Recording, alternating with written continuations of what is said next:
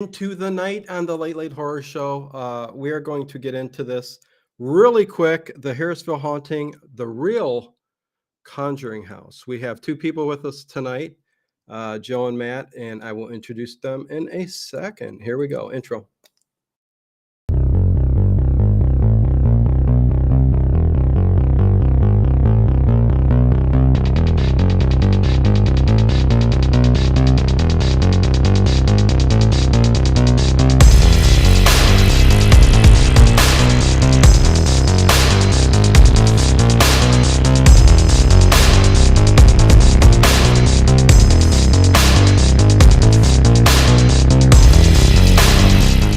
Is it just me? Or is it getting crazier out there? Hey, everybody. Welcome once again to Paranormal Into the Night on the Late Late Horror Show here on the channel. And yes, we got a good show lined up for us tonight. We have Joe of Vitale and Matt Benton of, oh boy, they put out a great documentary, and we will talk about that. The Harrisville haunting. It is the real Conjuring house. We will be talking about the Conjuring, even though it's very loosely based on the movie. But anyways, let me say hi to everybody in the chat. Tanya, hello. Travis DeLuca, what's going on? Hinsdale Girl, good to see you. Connie Cleary. Michael P. This kind of thing always freaks me out, even though I'm writing a book in this genre. Michael P, come on. No. Scott Burton is here. No Use for a Name is here. Night Fright Talk Show. Good to see everybody flowing on in. And with that said, I'm going to bring them in and start talking to them. Hey, Kathy, what's going on? Big hugs to you. Yes, JLR. Undead Chronic Sun is here. What is going on, people? Phil Jones is here. Okay, so you guys are all coming. Yes, The Conjuring. Anyways, you know what? Let's bring him on. Here is Joe Vitale. What's going on, Joe? Hey, not much. Just kicking back. Just working on well, you already worked on it. And hey, Matt Benton. What's going on? Hello. It's going great. Devil's Hour Productions. So very cool. That is the production company. And you guys, like you just said, you have 22. Yes, they're nice. I love the logo, man. The hat is cool. Oh, thanks. Black Roses, what's going on? If you guys hear me, just blurt out to the chat. You know, they're very interactive. I will do that. And if you guys have questions at any time, please feel free to put it in the chat, and I will ask them. Is Dave Plouffe here? Hey. At Dave Plouffe? Yes, he is here. What's going on, my friend? Okay, so let's get at this, you guys. You guys did a documentary, 22 awards. It is freaking done so well, I must say. Just on a kind of ghost hunt, kind of a historical, kind of paranormal investigating. Listen, I told you should have a series out there on TV somewhere, but that's another story. Anyways, I think they would be afraid to put us on TV. Yeah, you guys might speak your mind. They're like, they're not scared. Damn it! They're not running around like girls. Damn it! Oh, God. Well, listen, that's the you got to be that way, right? I mean, you can't be scared of this stuff, otherwise, why get into it? You know what I mean? So, right. Anyways, let's talk about professionalism. Yes. There is. Listen, I've been watching Ghost Hunters forever. Well, I stopped. Well, Ghost Hunters are a bit better when it comes to that. It's a lot of the other shows aren't. Right. Well, and I'm talking about when they first started. They said no running. You can't run away from it. I remember Brian Hall's, or no, was it Brian? One of the Bryans running away from seeing something, and he's booking out of the place, and they're like, "You don't do that. We're filming a show and you're running out like that. Come on, what is this?" It was funny, but nevertheless, talk about this documentary, and then we'll get into the details. Where can we see it? How did it start? All that good stuff. So you could see it all over on Amazon Prime, Tubi. That's the free place, but it has ads. So and also the quality isn't as good as it would be on Amazon Prime and Vudu and um, Apple TV. Some other Google Play place, Store, Google Play Store. It's all over the place, Microsoft. It is it is all It's over the everywhere. place. Yep, basically. Flex as well. That's another free one. Have to deal with ads though, but Well, and hey, it's available too on YouTube as well. Yes, available okay. on YouTube also to pay Is for. it on your YouTube channel that it's available? No, it's YouTube movies. You know how like Okay, so so. where you rent and all that. So Yes, yeah. yes, Right. Okay, so you guys are everywhere. This is doing well then for you guys, right? yes. It's Yeah. doing pretty well. Okay. And when it comes to the entertainment side of things, is this how did this start? Was this a passion project for you? Was it I really need to know more about this case because everybody out there is a critic and they say it's all about the money. This is a bunch of BS. I Yeah. like to know where the line is and what kind of passion you guys got behind the project itself. So I've I grew up basically on the Warrens, John Zaffis, and a whole bunch of others. So the Conjuring house, the parent story, I've researched and looked into it and stuff like that, and you know, hearing hearing the claims and then what really happened, and then you compare it to the movie, very night and day. But it was a place that I had always wanted to go to. It was on my bucket list, but it was never available to investigate. So Yes. it was funny because I was on the phone with somebody and a friend of mine messaged me saying, "Hey, I'm going to be investigating the Conjuring house." I'm like, this can't be the right, like, it's got to be a different house. He's got to be mistaken. No, he wasn't mistaken. So as I was talking to somebody on the phone about it, I'm like, I want to go there. I'm like, wait, I want to do a documentary there. And then Matt, he gets a hold of me, same idea. And Matt wanted to direct it and do something with it. I'm like, let's do it. It was Okay, and what would actually you prior go to ahead. that we were working trying to do another job. So here's the thing. We've been on YouTube for a while and doing like episodes and stuff like that. And we wanted to like as a filmmaker, I wanted to do something different. I wanted to do a film. My last film I was trying to film, I didn't feel like it was to my standards, so I didn't release it. So I just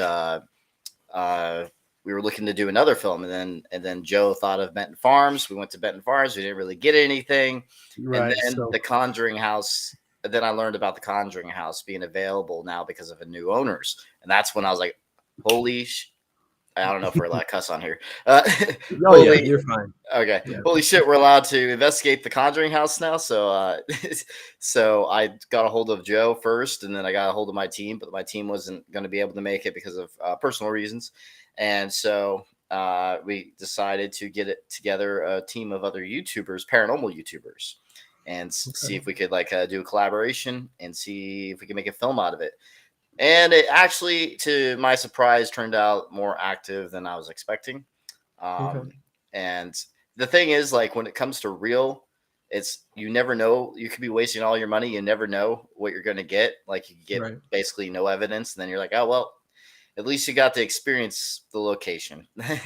But definitely not going to make a documentary if I didn't get anything. So, right. so that's what happened with Benton Farms, for example.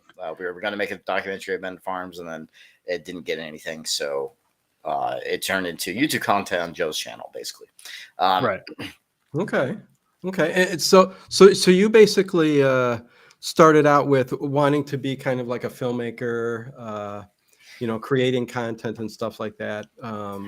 Did you have paranormal experience before you got into this, Matt? Yes. Yeah, Particular? so it Okay. was interesting. As a child, I was used to see shadow people and all that when I was a kid. Okay. I didn't decide to become an investigator though until the summer of 2011. During the Old Washoe Club, I was at the Old Washoe Club and I had a personal experience of a piece of brick thrown at me. Right after I asked the question, if there's someone there, can you please move something or make some kind of noise? And yeah, a piece of brick was thrown. It's in the documentary too because The documentary went to a different route than what we were expecting, because when we were there, we it seemed like to be focusing around me for some reason at that Yeah. location. Whatever was there, Huh. it was all over my energy when we thought it was going to be all over Eric's energy. So that was not expected. But yeah, it was weird, definitely weird. And then, for me, I've been doing this for 30 years. So my experience with the paranormal was not very pleasant. Lived in a house that had something very nasty there.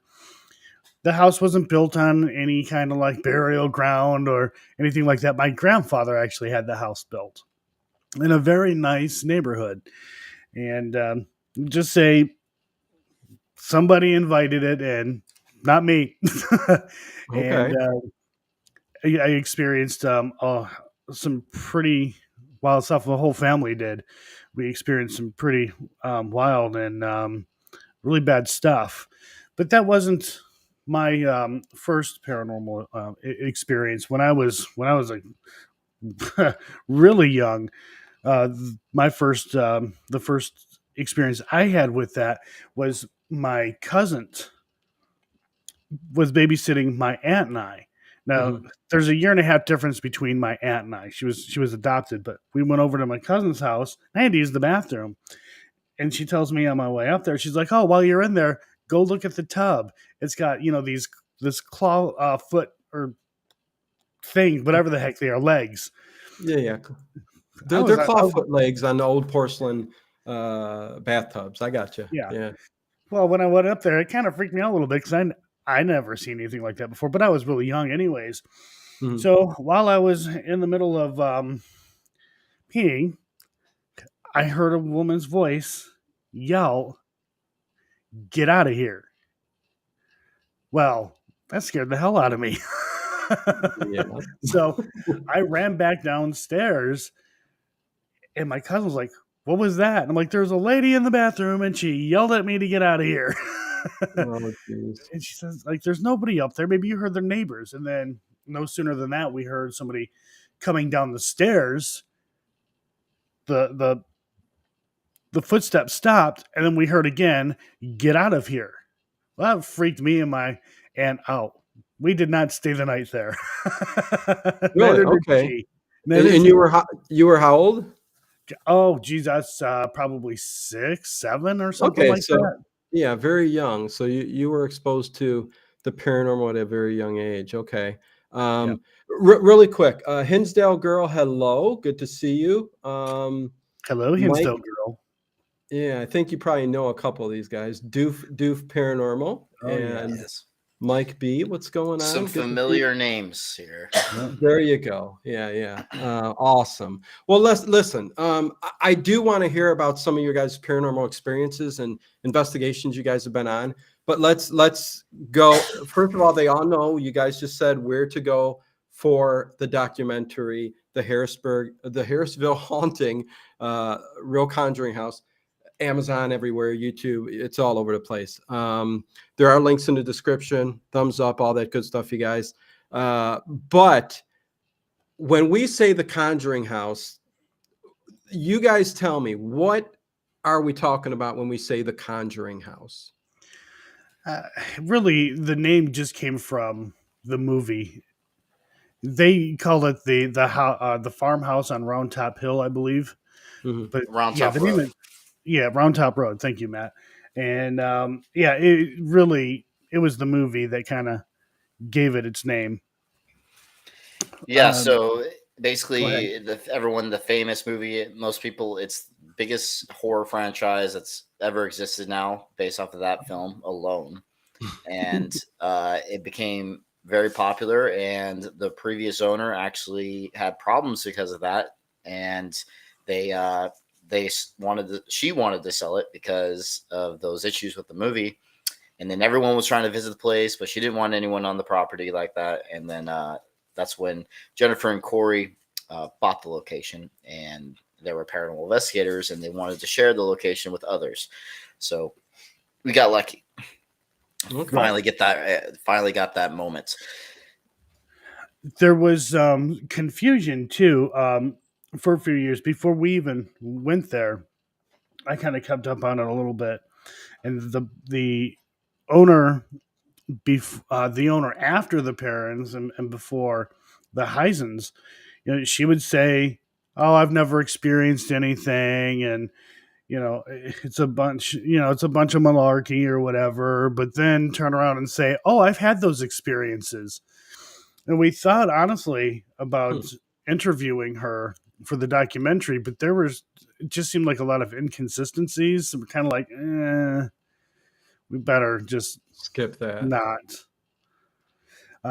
Yeah, Okay. so she didn't keep her story straight is the issue. So it wasn't a trustworthy source. Right. And I guess they wanted to film the movie at the actual house, but they couldn't get the permits or something like that because something to do with not having enough room to film. Yeah. But it's crazy because it's on like the property it's on. It's huge. No, I think you're talking about the inside of the building. There's like those smaller areas to get those huge cameras that Hollywood has, like IMAX. I don't know if they shot on IMAX, but getting those big ass cameras through those type of buildings would probably be difficult, especially in an old building like that. So I can see why that could cause issues. Yeah, I hear you. Not a big enough location to indoors shoot wise inside the buildings. Yeah. Yeah. I think we should probably kind of try to disassociate the Conjuring house and the Harrisville haunting, the actual farmhouse in Rhode Island, because from what I believe is, on Ed and Lorraine Warren, on Ed's deathbed, this was a story that was done with the sisters, the Perron family, P-E-R-R-O-N. Yeah, the Perron family. And I think that's where it all started. But according to Ed and Lorraine Warren, that was like the biggest kind of strongest experience that they had, and they wanted to kind of get it out there. And they somehow incorporated it into this movie and this franchise, which is just a minuscule piece of what really happened there and ended up in the film, right? Am I wrong? So basically what he said is like Ed Warren said that, what would make a great movie? That damn house in Harrisville, Rhode Island or whatever, something like around those lines. That's what Lorraine Warren said. Okay. And he got what he wanted. They sold their stories to Warner Brothers a long time ago.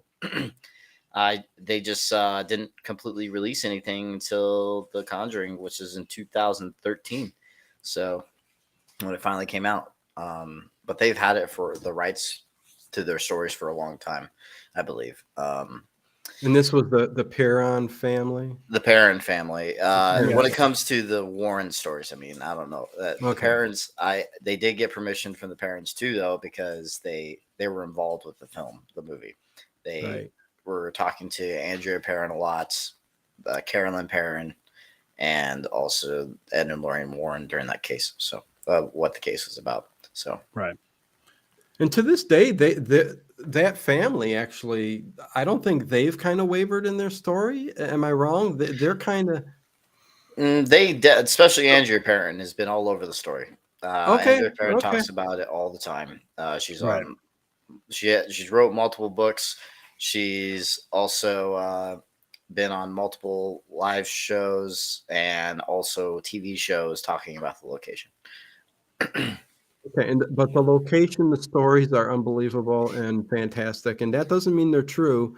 But your thoughts on, and then we'll get into your investigation, because that's where we can kind of find out, is there something happening there? But what is your take on their story? Do you believe some of it's true? They're embellishing a bit.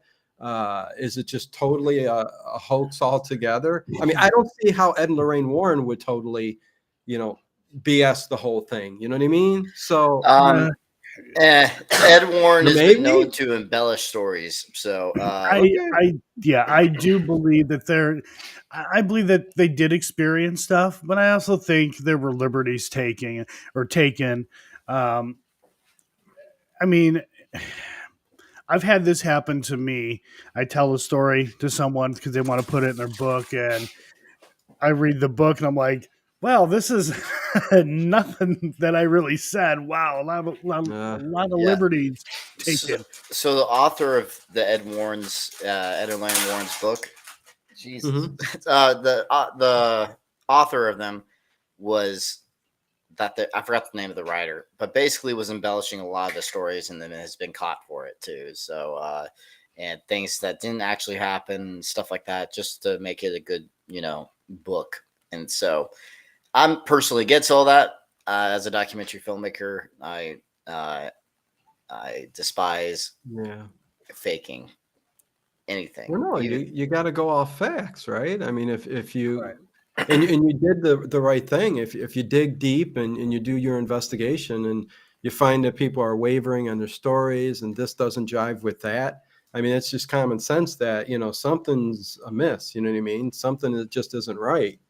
yeah, Um, which has kind of revolved around Ed and Lorraine Warren. I think their whole career, and even to this day, you don't know what to believe on some of this stuff. You know what I mean? It's kind of tough. It kind of sucks too to the people who really are looking for answers and all that. But you guys continued with this. Evidently you felt there was something going on there at this location. yeah. I definitely believe there's some things that are happening for sure because there's been so much footage when it comes to the DVR systems, people's personal experiences, and even when you talk to, let's say, Cindy Perrin, she legitimately seems traumatized from the place, and same with Carolyn Perrin. Those two seem traumatized by the location, and so I don't, I don't think that was acting. They're not Mm. actors; they're just a normal family.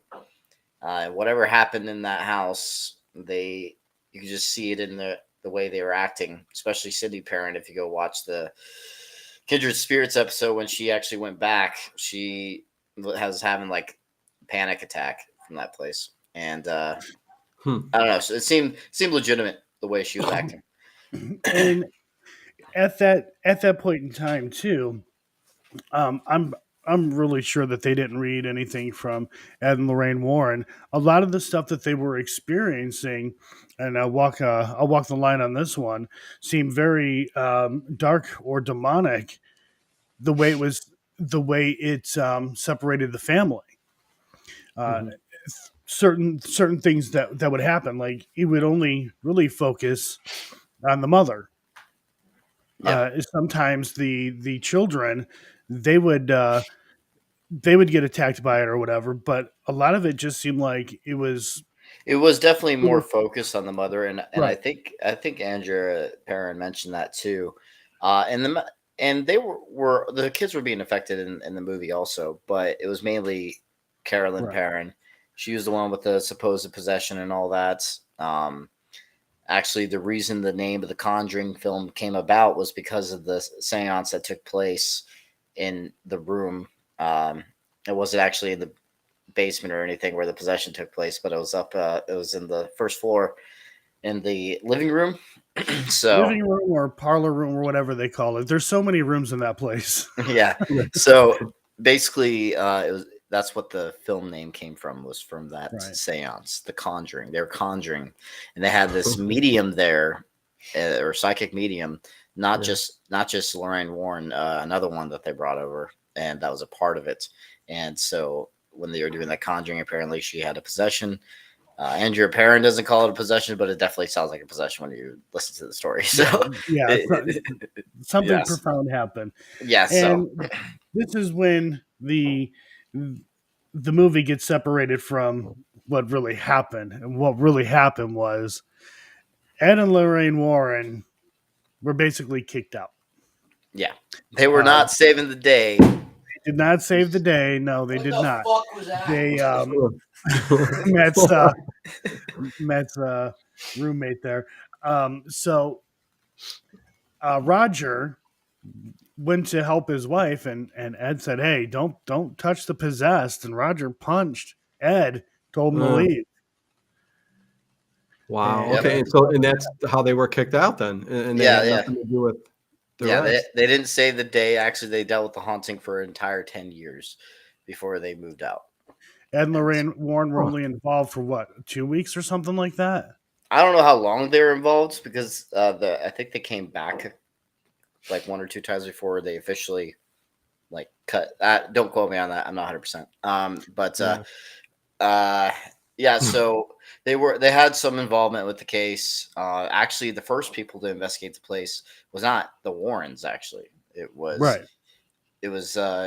two Keith other and- Keith and Carl Johnson. And they were actually the first ones to be notified by Carolyn Perrin. They called them from a newspaper article that they put up. And then later, they decided to maybe get in contact with Ed and Lorraine Warren for this case because of how extreme it was. So there's so many eyewitnesses of what's been happening there. Even after the parents left, it was also like it was a daycare center, and the kids were seeing this crooked neck lady. And same with this other person that saw through a window in the fields of a crooked neck lady. So it was multiple people seeing that. It looked like the girl had a broken neck. Yeah. And then one of the kids even drew this broken neck lady on one of the furniture pieces in the basement. And this child would not have had any idea about it because at that point in time, the owner, after the parents, she turned it into a daycare. Now, how is this little kid supposed to know, these stories? I mean, the 5 or 6 year old kid, I think it was, that drew that picture. Yeah, that's just weird. Yeah. Well, yeah. When kids are telling you, man, I mean, for the most part, you can kind of tell if they really seen something or if they didn't. So, yeah. Keith and Carl Johnson, they're the ones that started off with Ghost Hunters, weren't they? Yes. They were. That's Ghost what Hunters. I thought. They were in Ghost Hunters originally. I forgot how many episodes, but yeah, they were part of TAPS originally. Yeah, I remember that. So yeah. Anyways, so the broken the broken neck lady. Any connection with the tree in the front in the movie, the noose hanging? No correlation whatsoever. No, that's just No. Didn't make it. There's nothing that made sense with any of that because we had the obituary of Bathsheba Sherman. There is nothing said about her killing a baby with a sewing needle or anywhere, and she was buried in a Baptist cemetery, which back in that time period, you would have been killed or shamed for having any involvement with Satanism or witchcraft. So it was taken very seriously back then. So she would definitely not be buried in a Baptist cemetery for sure if there's those claims going around. Right. There's the only death that we found on the property for sure was one where I think the guy was drunk, but he took shelter in a shed that's not on the property anymore, and he ended up freezing to death. Yes. Okay. That's the one confirmed death, but also there was a war that took place in that area, which was the King Philip's War. And it was the Narragansett and Wampanoag tribes that were facing that were having some issues with the colonists and everything, and then broke out into a war, and a lot of death, a lot of women, children, a lot of people killed. So that's what maybe, I don't know. To be honest, I don't think this is a all human type of entities happening here, because I think this thing is taking forms into other things. Just to so I don't know what's going on there. I also believe that, and I think everyone else agrees too, I don't believe it's the house itself that's haunted. I believe it's the land, because even one of their neighbors have experienced stuff in their own home. Yes. Hmm. We Which believe could led credence to the whole Indian massacre war, or whatever was going on at the time. Um, I believe, maybe, I don't know, but you didn't find anything in any kind of records or research or anything like that. here's the That thing. good. When it comes to documents, things were not well recorded back then for Right. everything, for Yeah, deaths and right. everything. And so, for especially war, they're not going to be. I don't think is as well documented. Well, you During that never time know, period. though. I mean, you dig deep enough, you can find journals and stuff like that that might refer to anything. So, thus that's the question. You know what I mean? But not a whole lot of proof of anything Yeah, uh, that led to that. I'm just curious, who's the broken neck lady? What's going on I there? think I the think thing it's is, taken form on yeah, purpose to scare. Okay, okay, yeah. And that's just our belief. Obviously, this you can take that with a grain of salt. That's just our opinion. So, right. um, the reason why I think that is because I feel like the whole Bathsheba Sherman name is also being used to scare. Uh, because we even got something involving Bathsheba Sherman in our documentary if you watch it, and it doesn't make any sense because of what we found in the history. She had But no I Okay. feel connection to the house. She wasn't even related to the family. I went, I looked at the family tree, and I dug pretty deep into that whole thing. Jeez, but Can you give me any information on that part of the story without giving too much away? That's in the on, documentary. I mean, honestly, there really isn't much to say about it. I mean, what kind of just what I had said is basically Okay. in the documentary, because there were people saying, oh well, she was related to this family who lived in the house, but she wasn't, or somehow she was connected to the family that lived in that house. I didn't. Okay. There's nothing there. Um, she, I mean, I find this happening quite a bit when I go and investigate and I actually do research where here's this story of this horrible person and they did these awful things and this is their ghost, when reality is that this person um, was well respected and did none of the things that they're being accused of by owners of locations. They it it's terrible because those people aren't around anymore to defend themselves, Right. yeah, and people are take just liberties and use these, well, this person, they were here and they were just horrible. Just a quick example, and I'll go ahead and I'll throw this out there. The Chastain house claims that, oh, Miss Chastain, she was a witch, and everybody thought that that she put a curse on all these little infants, that they would die or whatever. So they hung her. Infants were still dying. So then they went after her sister, hung her sister because they believed that the spirit of this witch possessed the sister. Yeah. Now, none of that was true. And Listen, the it was a care crazy time, man. Listen, the Salem witch trials. We can go on and on and on. We're right. And the caretaker showed me a picture, and I knew immediately something was wrong. yeah. It was too stereotypic of like a witch, what a witch would look like, Right. what she would wear. And it was these three ladies, and he said, yeah, this one right there, this is Miss Chastain. Like, huh, that's really weird. I did a reverse search on it, and it was a picture for a high end Halloween costume shop out in California. Yeah. And he's telling Really? people, oh, this is a Okay. witch. Then it was used as an orphanage, and they were terrible to the children there. It was designated to be an orphanage, but never an orphanage. And then you had Hmm. people who are just listening to those stories and then claiming they're doing research and basically just copying and pasting off of what other people have researched. There's no true research going on in that. Right. But I will say here real quick too. One of the strangest things was that when I went and I was looking, I seen a entry from a Ed Warren, Hmm. and this entry was made a couple of times, except it was when he had already passed away.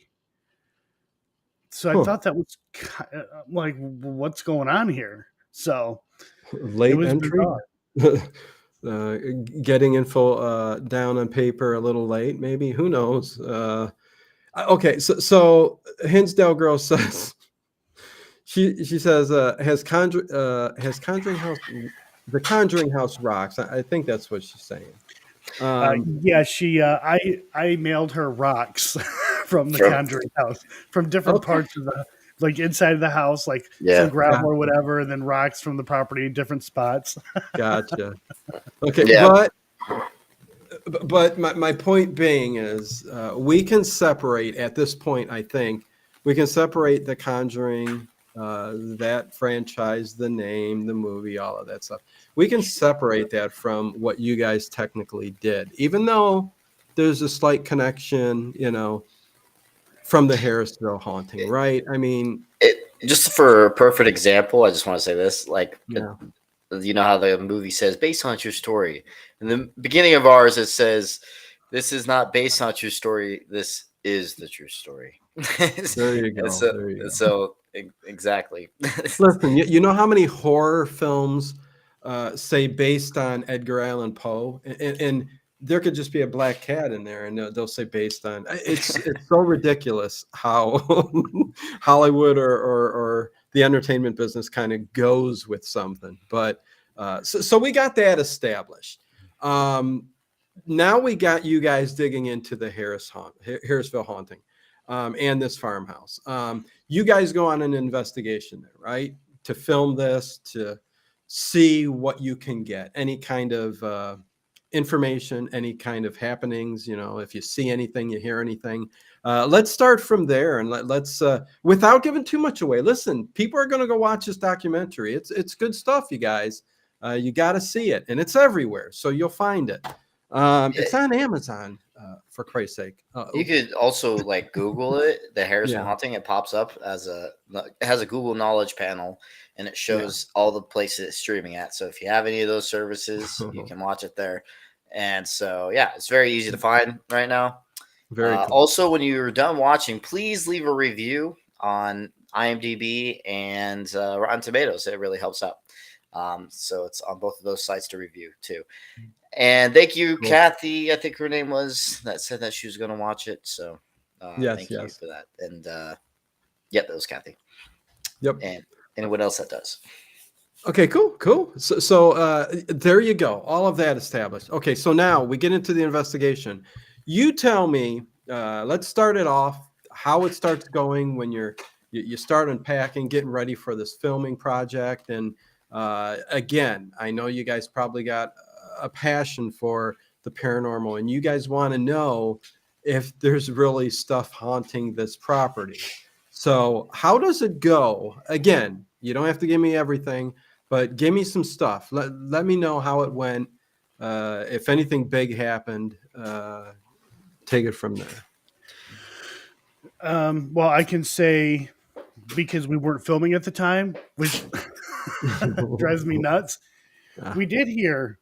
Well, we were filming, but it didn't go into the documentary. But we did hear a disembodied voice while we were doing an interview.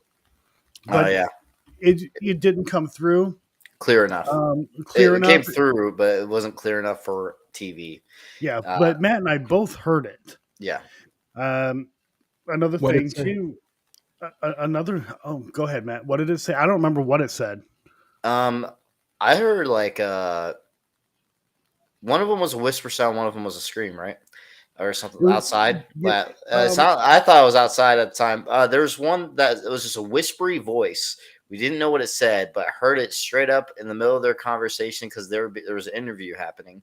Okay. Just straight up, just heard a whispery voice, and I was like, "What the hell was that?" And then the Zoom recorder caught it, but it's too faint for television, so that's why I did not put it in. Another one was we were in the library, and it was all of us in the library, and we heard something. I didn't know what it was, but I think we had captured a disembodied voice. But again, we didn't put that in there because that was a growl.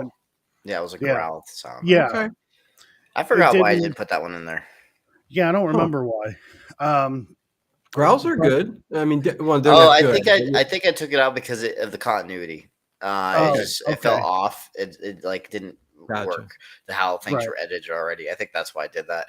But Okay. yeah, it's on your YouTube channel though, right?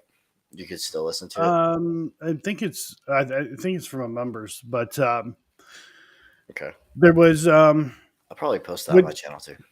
which also we did talk about it in the documentary, but unfortunately we had just got done eating and we were getting ready to investigate. I came in the house to use the bathroom, and on my way out of the bathroom, I heard in a asking tone a child saying, "Daddy?" Now, I honestly thought at first Bill was in the house talking to his daughter because he was just before that talking to his daughter, helping her out with her homework. I honestly thought that's what it was. And so when I walked out, I'm like, okay, there's nobody in here. Everybody's outside. But that was interesting. But you guys have to see the documentary Right. because there's more of a More tie-in to with it. that as well. Yes, Yep. yes, yes. And Okay. also, when it comes Good. to Andrea Parent backing it up too of his experience, and she didn't know about his experience and a whole bunch of other experiences that happened. She backed up too. So yes, you just have to watch it, and towards the Yeah. end, it's at the very end when she starts explaining those things, and then everything just makes sense, and a lot of strange things have happened. Yeah. Okay. Yeah, Well, we had how about before, and we'll continue to get into this, but when you first arrived to the property and started walking around, looking, throughout the house, the farmhouse, the barn, everything, how did you feel? I mean, did you feel anything? I did. I felt something right when I entered that place. I even told Joe. I think it's on camera too. I think I'm not 100%. It's been a while. I edited this film a long time ago, but when it comes to that, I believe, yeah, I do mention like I felt a heaviness feeling there.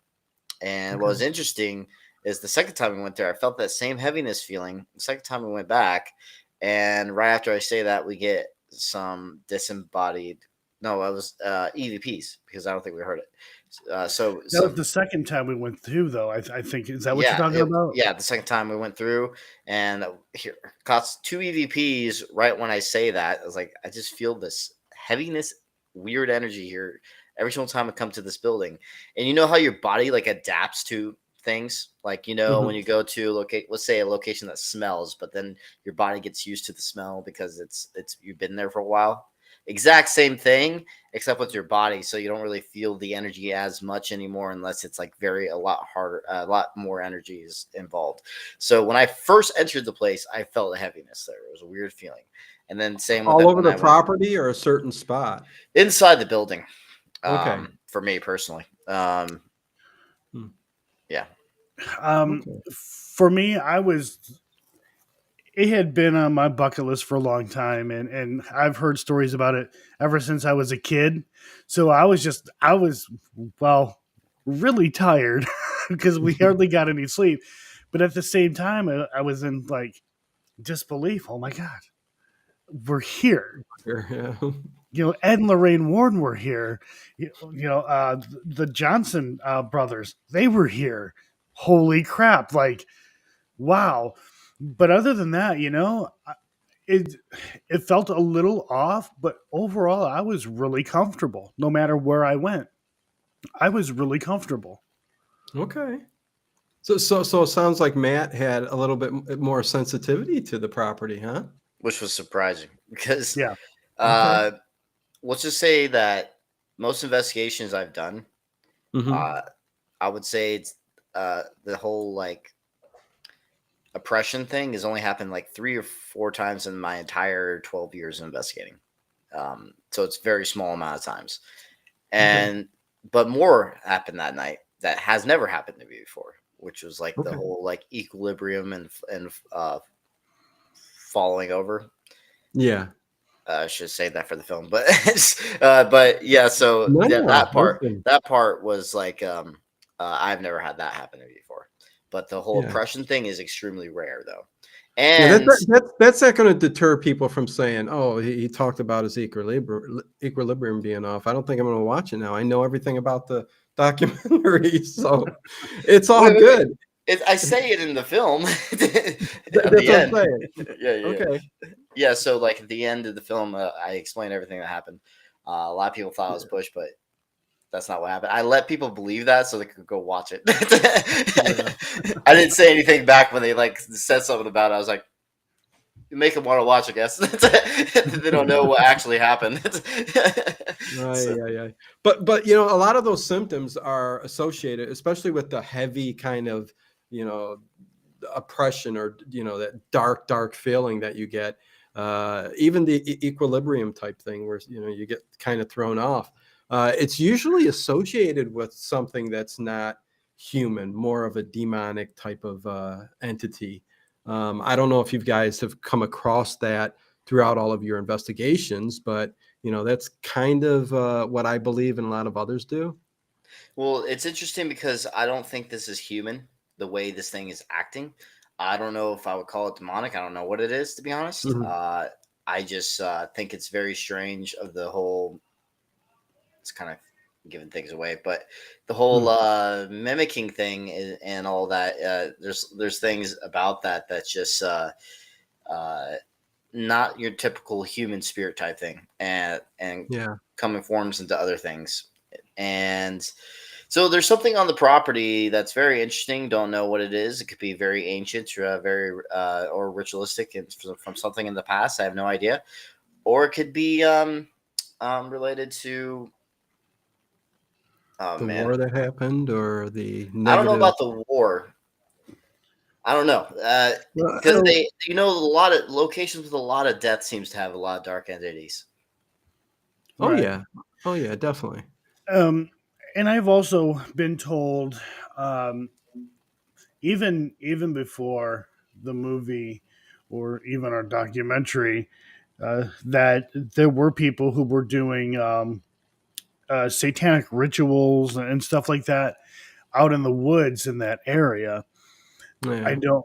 I mean, I don't think that necessarily has anything to do with what happened with the parents, because that happened. That stuff happened after. So I don't know. Could it maybe have amplified a little bit? I don't know, but I'll say this. I do believe that it is a inhuman spirit and it's an opportunist. Yeah, and yeah, it's gonna intelligent. Yeah. find the right people for the right Right. For situation. whatever reason, uh, the mother, she was, I guess, the perfect target for this thing. And that's a common thing, kind of alluding to what I was talking about earlier. That's kind of a common thing with demonic haunts or entities. It seems that that's a very common thing. Right. Because when you really Of course. step back and Yeah. you look at the story, the real story, Mhm. um, the entire thing has the markings of a demonic haunt. The divide and conquer. Most demonic haunts does split a family. You go back and you look at like with Ed and Lorraine Warren's cases that involved demonic entities. Those families, the mother and father, they're divorced. And that's a very common thing that happens involving demonic cases, is that the family, even though they know what's going on and they realize what had happened, the damage is done. And a lot of that has to do with the divide and conquer. Now, whoever it targets feels like they're alone. Nobody believes them, and the other people are like, "Well, we don't know what's going on. What do we believe? I don't know. Well, what's going on?" So it really, I mean, there's more to it than that, but it really does create that wedge. Now, that family divorced, Roger and I don't know why Carolyn, they're divorced, and that's a very Does Here's common the the thing. thing: divorce we and can't say that's 100% what it's about, but yeah, yeah. Well, I was going to Exactly, say, but it's pretty common. divorce and family issues and troubles, and even uh, you know, families that have psychological issues and stuff like that. All of that stuff kind of sometimes spawns these stories, and little things that may have happened turn into big things and are not true whatsoever, So I'm not saying that's the case, but there is a correlation, perhaps, like Joe is saying. Something like that really does happen. To say the wife sees it, the husband doesn't do, it could cause something. So, a rough in the family and all that. But no, it's a tough thing. This whole Ed and Lorraine Warren thing and this whole Conjuring House thing. I want to know the truth. I want to know what's going on. But when we get down to the nitty gritty, you guys definitely think something is going on here. It's an intelligent, kind of demonic type of situation going on there. You guys don't know where or what from. So there really are no real answers at the end, except that there's a lot going on at this property, right? Oh yeah. Right. I don't know about demonic, but I don't really know, to be honest. Yeah. But I would say inhuman. I don't think it's human. Or Okay. if there's probably human there too, but I think there's something else there also. Maybe elemental. I don't know. Okay. Because there was a lot of Native Americans there, and elementals are pretty associated around them too. So it could be something like that too. Yeah, I have no idea, because they are known for mimicking, kind of like skinwalkers. It's But, something. Yeah, there's something else too that we didn't capture on film. It was the second time that we had went. I had seen these lights outside in the woods, yeah, and they cemetery were up lights, high. basically. What was that, Matt? Yeah, cemetery lights. Even though they weren't in the cemetery, actually, there was a cemetery in that area, but Right, Huh. but these were up high, and I'm like, "What is that?" And I kept seeing these lights. I would see the lights; they'd go away. It would happen again, and I'm like, "What is going on here?" Now, when we went the second time, uh, it wasn't. It wasn't from airplanes. It wasn't from cars. There was a ton of snow. I drove through a freaking nasty snowstorm or ice storm all Mhm. the way there. It was terrible. yeah, And that's all in the documentary. there was, it wasn't snowmobiles. They're loud.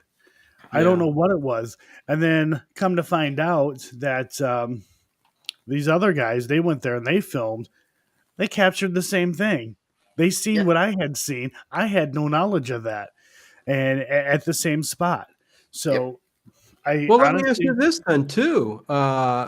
Is this location, does it have other kind of paranormal things happening there, like UFO sightings or? Yeah. Mhm. There has been reports of UFO sightings from Andrea Perrin and all that, which I do find interesting. Okay.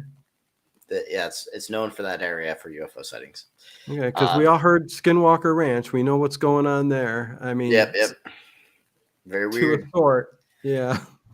Yeah, it could be one of those weird places because a hotspot like location of weird paranormal phenomena, and that could explain the whole something else being there that's not human type entity there. It's very interesting. Definitely, I definitely believe there might be some correlation with that. Yeah, Okay. because there has been a lot of reports of UFO sightings and also these whole mimicking things and other things happening. So it's Yeah. very weird, and it's all around that land, not just Right. the house. So yeah, could be. I don't know. It's kind of cool though and interesting. That's why I like doing this stuff. No. Yeah. I mean, it's an ongoing thing. I don't know if you guys plan on doing anything further with it down the road, but We have other you know. documentaries in mind. We're in the process. So Okay. But Okay. not with the house though. yeah, House yeah, itself. not with the I house. don't We're think probably we done need on. to do. Yeah, I don't think we need to do another documentary there. Yeah, I I don't think want we to did take our. anything away from what we've already done. I mean, I kind Gotcha. of thought about it. Then I'm like, Yeah, I like making new things, so I No, don't I want to hear you. keep. I don't want to keep revisiting the same thing. Right. I hear. Plus, we do have a very interesting story for the next documentary on a different location. Stay Very tuned for that cool. one. Awesome. Okay. And the best place for them to stay tuned for all of this stuff is on your YouTube pages. Yes, Devil's Hour Productions is mine. It's on Okay, my I'll back. get that link in the description too. And Yep. Joe's. Entity 7, Paranormal is mine. Yep. Gotcha. Eh. There's a question from Connie Clary. She says, "Has anyone ever thought of an exorcism on the property?" Just wondering. I don't think they've done one on there, but I don't think I don't know so. about the property, but they have been there for 10 years. Probably not, because I remember that. What was the father's name again? My brain's going blank Roger. on me. Roger Perrin was very against all that stuff, so probably not. He was more skeptical at the time, and also Okay. was, I guess, a little superstitious. Didn't like, how those people, how I feel like he was. I'm not 100%, but I feel like he's one of those people that just doesn't want to believe in it and is scared of it, and that's the reason why. Yeah. And so I just get that feeling of, just based on what I've heard. So Gotcha. I'm Yeah. not saying that's 100% because I don't know him. So, but just Right. what I'm getting, those kind of A vibes. lot of locations though, they don't want exorcisms or cleansing, because then how are they going to make their money? No, this is before that though. What he's talking about, like when the Yeah. parents are around, because it was not available to investigate until recently, like 2020 or 2019. It is when it became available to investigate, and so yeah, it's been Yeah. its own thing for a while, like daycare center, for example. and our Yeah. timing going there. Oh Lord, that was bad timing. That's Yeah, it when was the weird. country shut down. The country shut down from COVID literally when we were there, in the middle. Oh, no way. Yeah, Okay. it was literally in the middle of COVID. We have a little bit of video of that, but I wanted to focus Okay. on the building. I didn't want to focus on the whole COVID thing in the Right. documentary. So I just stayed focused on the story on hand. I didn't really want to branch off any of those things. Gotcha. I think what was a kind of a cool story that I heard from Andrea Perrin, which again, everything seems to have to be taken with a grain of salt, but she tells the story of when they first moved in there, of them moving all their stuff in there and all that, and of course seeing the full-on figure of a man, but the previous owner, who I believe is Mr. Kenyon, is that I think that's the name of the guy. He told them before leaving, please make sure you leave the lights on for the kids at night. And I think that's just like a creepy thing to say from a previous owner. He's getting the hell out of there. Make sure you leave the lights on. I think Yeah, Mr. right. Tatum was the historian. I think Right. he was the historian, because Was it? Okay. I don't think anybody else lived in the house up until the Really? parent. Okay. I'm maybe mistaken. No, Okay. I think you're mistaken, because there was another family that, for the place that was a daycare center. There's a daycare center. There's the other owner. There's Well, the daycare thing that was from that was after the that was parents. after the parents. Yeah. Yeah. Yeah, that was they didn't even know about it. Actually, Andrew Perrin didn't even know about it being a daycare center until later. Right. So We're having that place be a daycare center. How odd, huh? out of all the places, Yeah, Right. and just seems out of place there, a little bit. But anyways, I don't know. there's a few buildings around. It's not like straight up in the middle of nowhere. There's Yeah. like it is a big backyard, definitely. But I hate to know that. But Yeah, there yeah. are kids to watch, right? Yeah. Yeah, but there are like other buildings kind of nearby, so it's not like it's straight up in the middle of nowhere. Okay. How was the barn for you guys? Anything really going on there? So when we went the first time, we didn't actually investigate the barn. I'm not even sure why we didn't. It wasn't available at the time, but when we did, which was actually during the premiere of our film, we premiered the film at location. We got a full theater set up and rented a theater and chairs and everything, and we did a VIP thing where people got to investigate with us, Nice. and people just got to watch the film. The VIPs, though, when they investigate with us, we finally got to investigate the barn, and holy shit, something's going on with that barn. Oh, yeah. Really? Well, I tell went me in what there. was going on, because this was Well- after filming was done, right? So So I was I went in there first with my group, and I was kind of like, oh man, the barn. I want to be in the house, you know. No, I'm glad I was in the barn. So we did EVP sessions. I went ahead, ran the spirit box.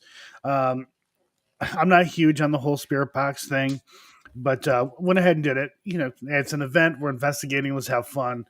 Mhm. And we got names, and a few other things that had come through, and I was surprised. I was like, "Holy cow! The barn is banging out here! Wow!" Wow. And then I think Matt's group went in after us. Go ahead, Matt. Yeah, so we went in there later, and actually, this is after you told me the stories, I think. And then all of a sudden, right when we get in there, we just hear this weird, like, growl. And we're like, "What the hell was that?" All of us heard it too. It wasn't just Yeah. me or a couple of people. Like, pretty much all of us heard it, and I caught it on my audio, but it's so faint, like barely could hear it. Isn't And it it's amazing how you can hear it? It can be so loud, but yet on your audio, it's so yeah, faint. yeah, I hate it Well, so and much. then you get stuff that you don't hear that comes out on the audio that's Yeah, super yeah. loud. Exactly. So Yeah.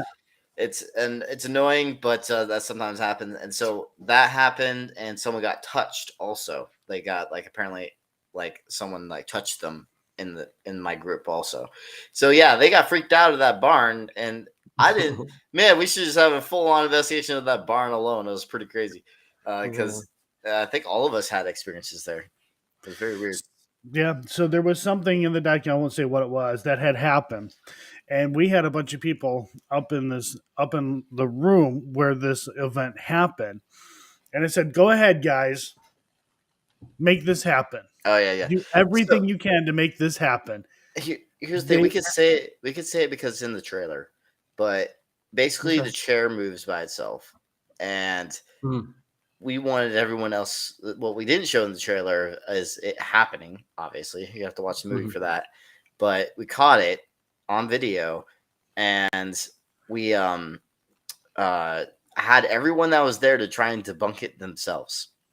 they were And they jumping around and doing do the all same kinds of thing we stuff. were, the same debunking process we were basically, and none of Yeah. them could recreate it. So And it was so cool. yeah. Yeah. And one of the guests turned and looked at me like, dude, that just made this a whole lot realer. I'm like, I know, doesn't it? Yeah. And that's the thing. If you it happens to you personally, and you know that it's, you know, it's not wired, it's not rope, you know, nothing's going on there, then yeah, I mean, it lends to what's really going on. So that's a top notch kind of paranormal event there that went on. But No, yeah, to a lot of people, they may look at it and be like, "That's it. So what?" It's like, no, Oh, that's actually a big deal. Yeah, but it's rare anything for moving. capturing. Yeah, it's so rare capturing things move on video, and like I've only captured like 3 or 4 times in my entire paranormal career on video. I've Yeah. had a whole bunch of other experiences of it happening off camera, but Mhm. but yeah, it was like a very small amount. I think 3 times, and some of them could be even debunkable. Two of them I think are debunkable, and two of them, there's 4 actually. 2 of them I know was for sure paranormal. Like could Yeah. not recreate at all. So that was cool. And it's very rare, extremely Oh, rare. yeah. And we're not the only ones that have captured this either. We put it in the film, but objects are being moved there a lot. And the only thing is, I can't say 100% because I wasn't there for those investigations or during that time period. Right. So obviously things get faked and stuff like that. But I wasn't there for it, and just based off of us believing in the people, like us believing in the owners, and also John Huntington that was there and their footage. So yeah, they put a DVR system there, and that's very smart. If you ever get a haunted location, buy a DVR system because you probably capture a lot. Oh yeah. No, you got to record everything around the clock because it's a split second that something can happen, you know. Yep. And they capture a lot. So Yeah, really quick experience that I had. I say I was lucky enough to be raised with a big family, but in particular my grandparents, who, again, it was scary stuff, but they tended to have all of this stuff gravitate around him. them as a couple. Mhm. I don't know why, but whenever they moved, stuff went and happened everywhere they moved. And a lot of it was demonic, like cold spots, shadows, full-on ghosts, see-through, ghosts turning around. You name it, they seen it. It was happening in the house. And I witnessed some of it myself through the years. And when they passed on, all of that stuff stopped. But there was an event, the only time I saw something ever move in my life, and I was about 12 years old. And it was like a candelabra type thing on the mantelpiece. And when I say it moved, it literally, the whole family was in the living room and saw it. It literally came like 12 inches, like floated 12 inches off the mantle. It sat there for like a second and then just dropped. And we're all like, what the hell? But all kinds of other things were happening in that house. But when I saw that, I think that's when I went, holy Moses, man, there's really stuff going on out there, because that something just floated and dropped, Yep. But anyways, that's my experience. I don't know. The thing is, Um, like I talk about all the time, like I don't think we could probably ever prove that about ghosts and everything being real when it comes to humans and everything, human spirits and stuff like that. But I think we could possibly get to the point to where paranormal phenomena happens and somehow back that up. Because Yeah. this stuff happens. Objects are being moved on their own somehow. I've seen it with my own eyes. I've captured it on camera. Others have too. And We're getting close. I'm telling you. There's what's the device where it picks up the anomaly of and it'll show like a stick figure type. that's It's Oh, SLS. do we really? Yeah, you really want to go into that one? no, please do tell me your So, thoughts on that kind of equipment. The problem with the SLS is that there's a lot of false positives. So basically, when I've used it once before, whenever you're moving around with it and all that, it's going to pick up random stuff. You can even go to an unhaunted location, it's going to pick up random stuff popping up on it. And not saying it can't be used, and the only issue is you can't prove anything with it when it comes to paranormal. But you can possibly maybe get something from it. You have to have it still is the best part. If you want to use it stationary. It should be stationary. That's what it's meant for. It's literally from a Kinect Xbox. Yes. is what it was started from. It's meant to pick up actual people for playing this game. It wasn't designed for the paranormal.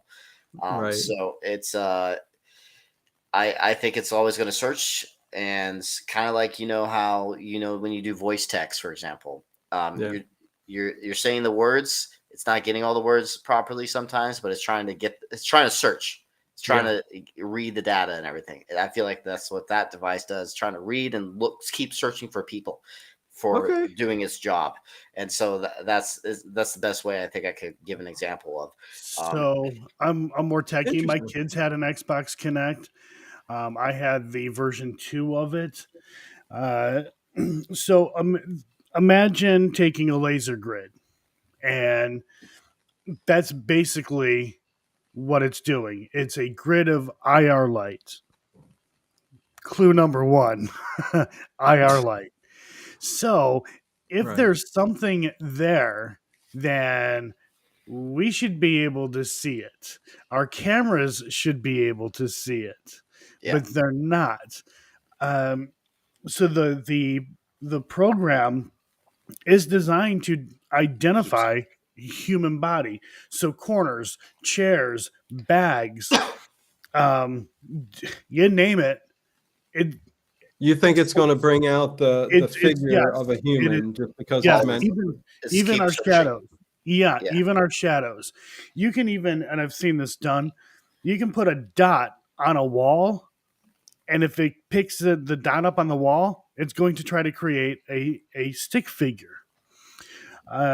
You're the first guys that have told. Listen, I'm not dumb. I've dealt with a lot of stuff, and that has been new to me. I knew it was kind of a Connect. I don't know how the Connect totally works 100%, but you guys explaining it to me that way, yeah, I can probably throw that out the window now. So It's I you don't could know. also test it out yourself if you're interested. Obviously, I wouldn't want to spend my own money. right, I would just look for someone that actually has one, and right, yeah, it picks up things all the time randomly. It's so I don't think it's reliable. There are other devices out there that is reliable and setups to do that is reliable and also can validate phenomena. right. So like I like to do the RSVPR setup, which not too many people in the paranormal are doing. But it's basically it's a 4 channel recorder, a shotgun mic, recording at the exact same time. I also have a Magcheck 95 sensor attached to it. A Magcheck 95 sensor basically records the audio of EMF. So that's all connected into one 4 channel recorder. Okay, So you are recording at the same time with a SD card, and it's being recorded onto the SD card at the exact same time. So you have a stereo mic, a shotgun mic, and Magcheck 95 sensor doing this thing. So if you capture, right. let's say, a clear disembodied EVP, I should say, EVP into one audio source, let's say the shotgun mic, Yeah, um, you capture an EVP through the shotgun mic, but not the stereo mic at all. And I'm talking about Class A's. If they're very faint, then that could just be because one of the audio sources that you're using could just pick it up better than the other. But I'm talking yeah. about clear as day, Class A into the mic type EVP, and it's not captured on the stereo mic, a complete silence. Then you're validating audio manipulation because they should both be showing up on both audio sources. And Hmm. one of the in the Magcheck 95 sensor, if you're getting a spike in EMF at the Yeah, exact same time, you're validating EMF could be a part of when right. this manifested or appeared uh, into the audio itself. So that's a one setup idea I like to do. There's Very also cool. also for people that use ITC research, I believe that audio manipulation can happen with that. A lot of people use word banks, and for me, I actually have an app for Google Play you can download right now called Cintia ITC. I know it's hard to remember because it's not English; it's Latin for science and knowledge, and then ITC is instrumental transcommunication. And Yeah, then so basically, um, I have a single file audio around 5 minutes long that sounds like a word bank, but it doesn't change. Here's the problem with word banks, they're randomized. All of it's randomized. So you are not going to be able to validate it as audio manipulation. But this you can because it's not random and you could backtrack and it also has a timer on it when you start it. So you could actually know the exact point of when the audio is playing it. And if you hear a full-on sentence or something that's not supposed to be there, you go back to that exact time in the audio file and then cross check it yourself to see if mhm. that was actually in it. If it isn't, you just validated audio manipulation because that's all it's going to be playing is that single file audio. It should not be playing anything else. Very cool. Okay, no, that's good stuff, man. I like it. You know your stuff. Yeah. Thank you. Good, good, good. Let's see. Yeah, no, we're getting close to the bottom of the hour here. Again, everybody, check out the Harrisville Haunting, the Real Conjuring House. You can find it. It's a documentary. They've won 22 awards, I believe, for this documentary, and you can find it on just about every platform. So definitely check it out. It's really well done. Uh, Um, do you want to play the trailer for them? um, I can send it to you. I should ask that at the beginning. Oh, that's fine. um, yeah, no. Listen, just you can YouTube the trailer too. I could The Harrisville probably, Haunting. yeah, the Harrisville Haunting trailer. If you look it up on YouTube, you'll find it. Yeah, no, I'm not prepared at all, so I No didn't. problem. I didn't even think about it either. Yeah. But no, listen, I mean, it's really well done. So they're not going to be disappointed in watching it. And I definitely think we talked enough about it. And congrats on the award, says Kathy. Yes, yes, yes. Yeah. Harry Scott says, don't forget to get thumbs up, everybody. I And, want to ask, go ahead.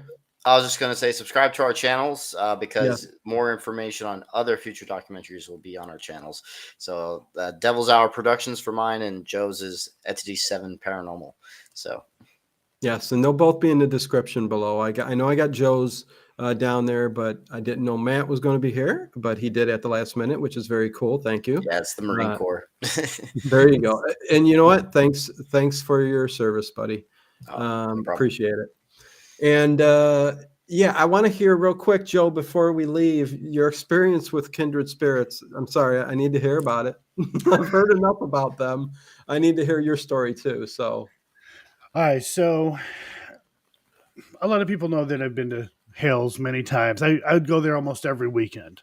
I'd investigate that place by myself. Well, and that's Hell's Bar Dam, right? Hales Bar Dam. Yes, sir. Okay. So the production company for Kindred Spirits, which is I believe is Amy and Adam. But anyways, Yeah. they wanted to do an episode there. All right, cool. So they come out, and I had, before they came out, I had given this lady named Emily all kinds of stuff on Hales, everything that I had, including an article, a news article saying there was never a curse put on the land. This was a promise, never a curse. They get out there, and I'm telling them, some of my experiences. I was told, don't say that you're a paranormal investigator. Basically, you're there helping with the place. That was really it. And I'm like, okay, like it's really not that big of a deal. I mean, people who are going to watch this, a lot of people, they know I investigate. They know that I'm there all the time. Yeah. Kind of weird. So what happened was I was telling them there was, I told them about this curse, but there wasn't a curse. Told them a few other things. Something caught my attention though. And I looked away because I noticed somebody inside the building, the third floor. Nobody's supposed to be in there. So I look up and I realize, I look back, oh, it's one of their camera guys. They took the opportunity. So they took my words and twisted it, making it seem like I was saying that there was a curse on the land. And Amy said, I'll never forget the look of fear in Joe's eyes. Okay. And I'm like, you've got to be kidding me. Like, what? I only wanted you to tell this story because, listen, I grew up on Ghost Hunters. I loved it. I knew that there was some stuff going on behind the scenes. I mean, entertainment, money gets involved, things change. Amy, Adam Berry, I love them too.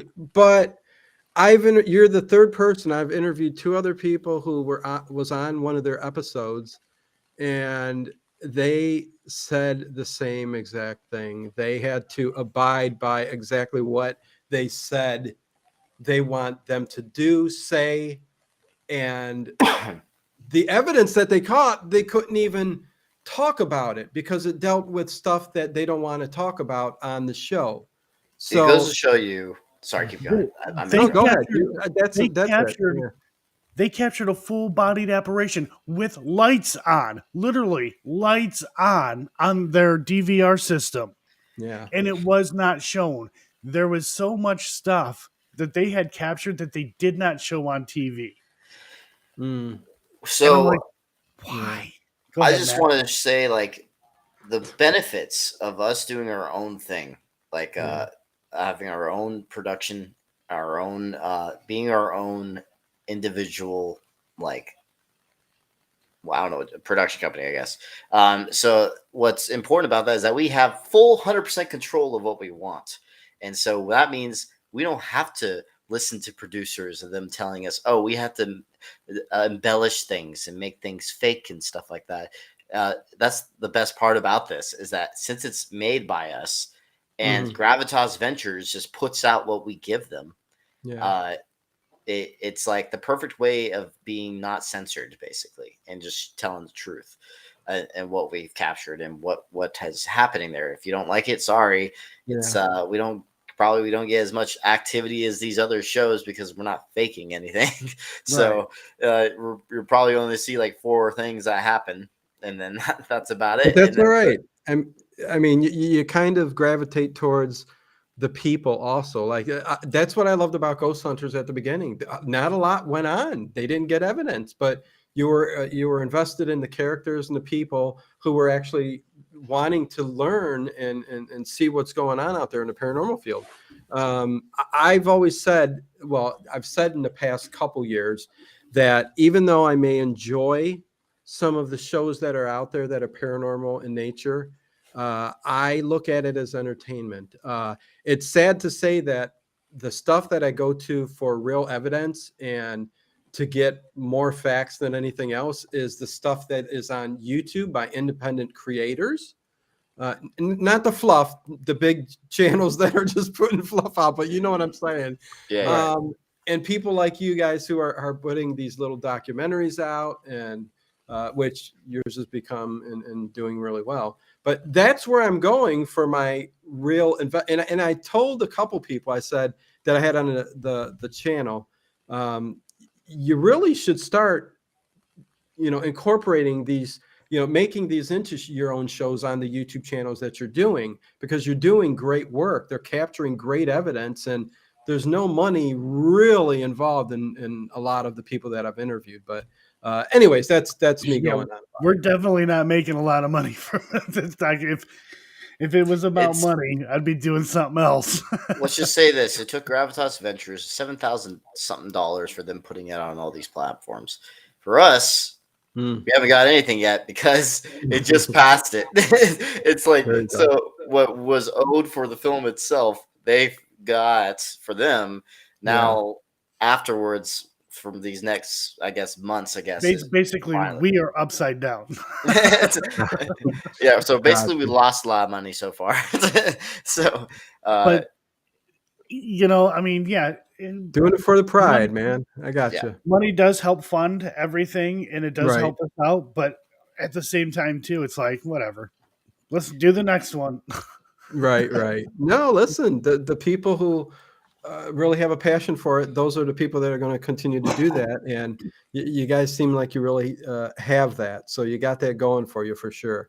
And the editing and the filmmaking part of the documentary you did is just spot on. Really well done. I'm not sure who edited it. And I did all the editing. Yes.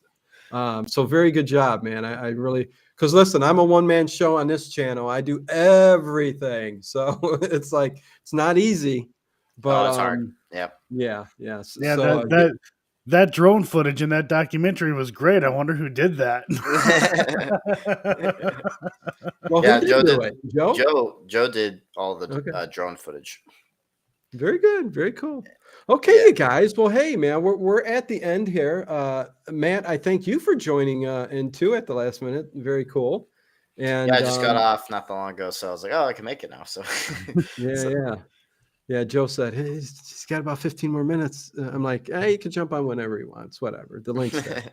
But good luck with everything. Do you want to throw anything out there on what your next project might be? You want to give him a hint, Matt? Well, let's just say that this is the darkest haunting we've done so far. And when it comes to, I should say, what we have from the location, it's a mystery. Let's just say that. It's a mysterious location. Okay. That's a good hint. Is it a popular location? It's pretty, it's pretty popular. It's not to the level of Waverly Hills or Bobby Mackey's or anything like that. It's not to that level, but it's pretty popular, yeah. Okay. Very cool. Okay, definitely look forward to seeing more from you guys. I'm sub to, I know Joe's, but I will be to yours, Matt. Thank you. Almost to 10,000 subscribers, so please subscribe. We're getting close. Getting so close. Awesome. Devil's Hour Productions. Yeah. Boy, I was going to say if I can put the link in the chat right now, I would do it. If somebody's got it, go ahead and please Send it put, to him, Joe, since you have him on Facebook, I believe. Send or it both put it of in ours. the see the private chat on below. Are you able to do that? Oh Can yeah, you I send can. me the Yeah, I can do link that. real I can do quick that. in the private chat down below there? Yeah, I'll do that real quick. And I'll pop it in the chat. But yeah, no, definitely very cool having you guys on here, and definitely look forward to more from you guys. Definitely. Just sub to both. Thank you, Kathy. Thank you. Yeah, listen, we got a great crowd of people here, and I just passed the 100,000 subscriber mark, so I'm That's pretty crazy. jazzed, pretty jazzed this You week. should be getting So, your first plaque soon. yeah, waiting for YouTube to send it, but it's very, very cool. Actually, you have to pay for it. They'll send it to you. You just have to pay for it. No, that's not true. Not for the first one. If you want another one, Yeah. you do. Really? First- Because I've had people say they had to pay for theirs.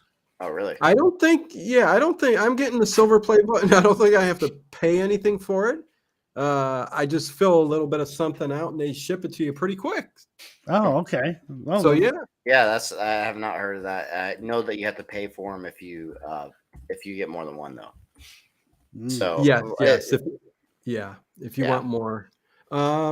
Here I'm sending it now. Okay, Copy. there you go. And Thank you, Rob Dog. And yeah, I do want to say thank you to all the new people in here. Hopefully you guys stay subbed.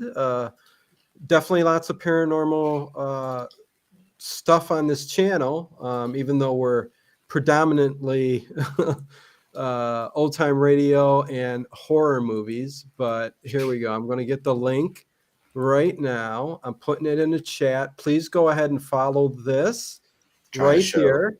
Did you send yours, Joe? Because I'm trying to get yours too. no, I haven't. I'll send it. yeah, I'll his send it. is in I'm the- already there. I'll send Yeah, it, Joe. yours is in the description for sure. But Oh, Mine's okay. in the description, Okay, yeah. description Yeah. box then. But that makes it easy for everybody to jump on and go on over there and sub. And it sounds like, Matt, that you got a lot of cool stuff on there, I'm sure, with everything you do. So, and thank you, Paul L, for being sub now to the channel. So thank you. I know you're coming over from Joe and Matt, but thank you guys very much. So yeah, there you go. With that said, I guess we will end this thing. And I will get ready for the overnight, everybody. And I will see you guys there. So thank you once again, Matt and Joe. And Thank you for having us. yeah. Go watch the documentary, guys. Peace. Amazon Prime.